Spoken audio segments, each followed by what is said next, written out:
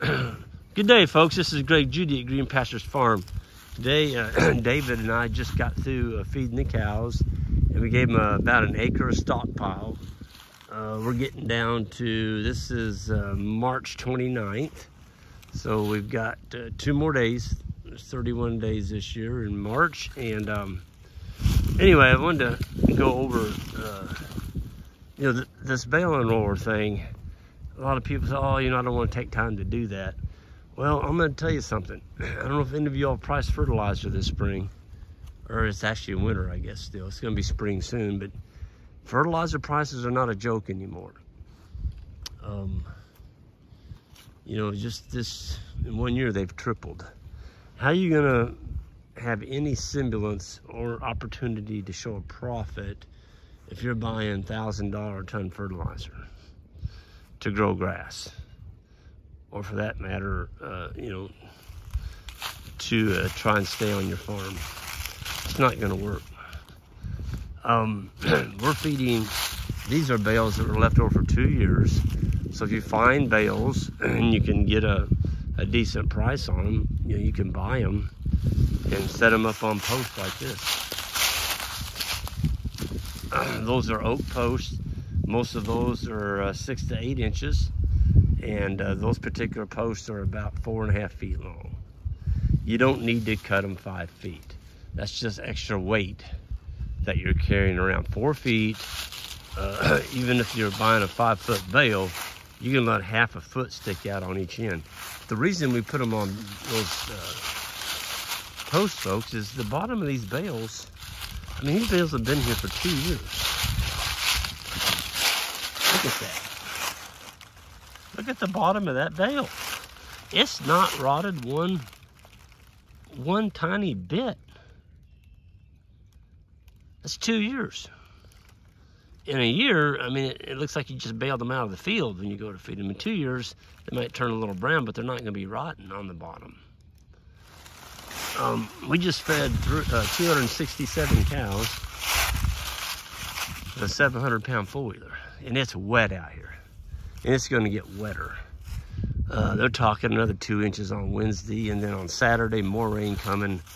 I'm telling you what, if I had to bring and I have a tractor, front-wheel drive, the whole deal. I'm not going to bring it out here on my pastures. Just no way. I'm not going to tear up my fields. And you're compacting the soil. And a lot of people say, but Greg, I can go out there in the spring and disc those ruts in. Just hook a disc on and disc in those deep ruts that the tractor left when I fed hay in the winter. Oh, and then I can drag a harrow over it, and I might sprinkle some grass seed on it, and then I might get a stand. No, you're going to get a bunch of weeds.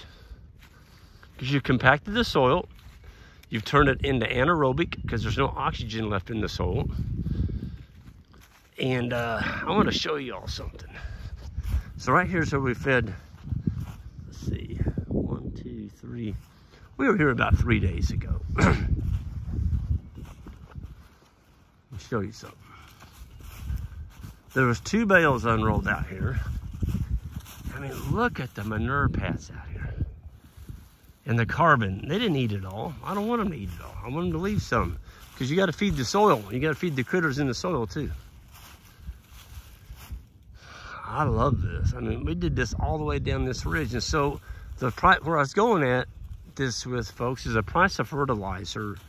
You simply are not going to be able to fertilize your property. This is fertilizer.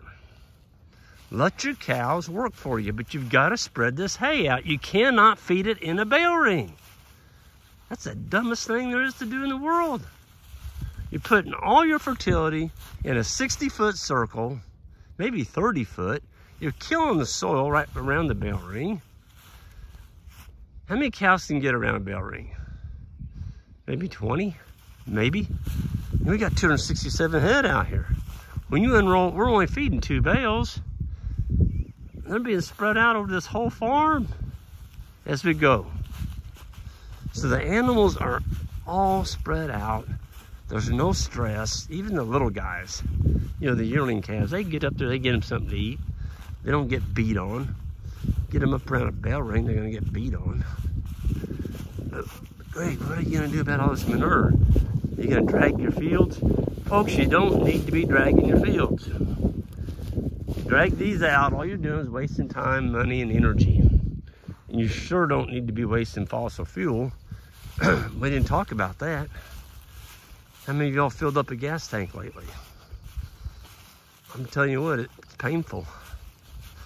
And I think it's gonna get more painful before it gets easier, because it seems like I won't go there. I don't even wanna go there. This is our rock skirt. It's working awesome. So we just put a poly wire around this. This is gonna be hard fenced. We're gonna put a high tensile wire around it, but right now we're using just poly wire. But there's fish in there, good fish. Yeah, there's a few cowpats where they pooped right here, but you know, there's millions of gallons of water there, and then we're not gonna be back here for 60 days. And folks, it was muddy when they were here. Do y'all see a lot of damage? I mean, there's a little bit of dirt showing right here, but I mean, they didn't destroy the pond. That rock skirt goes out in there, clear past that last post out there. You gotta get up here and catch some of these fish. I saw some nice fish in here the other day. Bluegills. There's some bass in here too. Catfish. The tree swallows are back. Check them out. Check them out. I love our tree swallows. We got 450 tree swallow houses up. They're already checking out the nest box on that one. Aren't they acrobatic? Oh, I love them. I love the little squeaking noise. They're just beautiful birds. So an adult pair of tree swallows, why do we have so many tree swallow boxes up for? An adult pair of tree swallows will eat 8,000 flies a day. Those are the same flies that are sucking the blood out of our cows. So why don't we drag these? Why don't we drag these manure paths? It's because we have a really healthy population of earthworms. And the earthworms here in about, well, the next 30 days, they'll be here and they will completely devour that manure path and turn it into beautiful earthworm castings. Why do we have so many earthworms? We built the home for them and they came. Build it and they will come. But if you're ivermectin and pouring all this crap, all the back rubs and all this, you're putting the fly insecticide in your cattle mineral and all these things that we told that we need to do by the experts, or our cows will not be able to make it. All those things kill soil biology. Yeah, your cow paths are not going to disappear.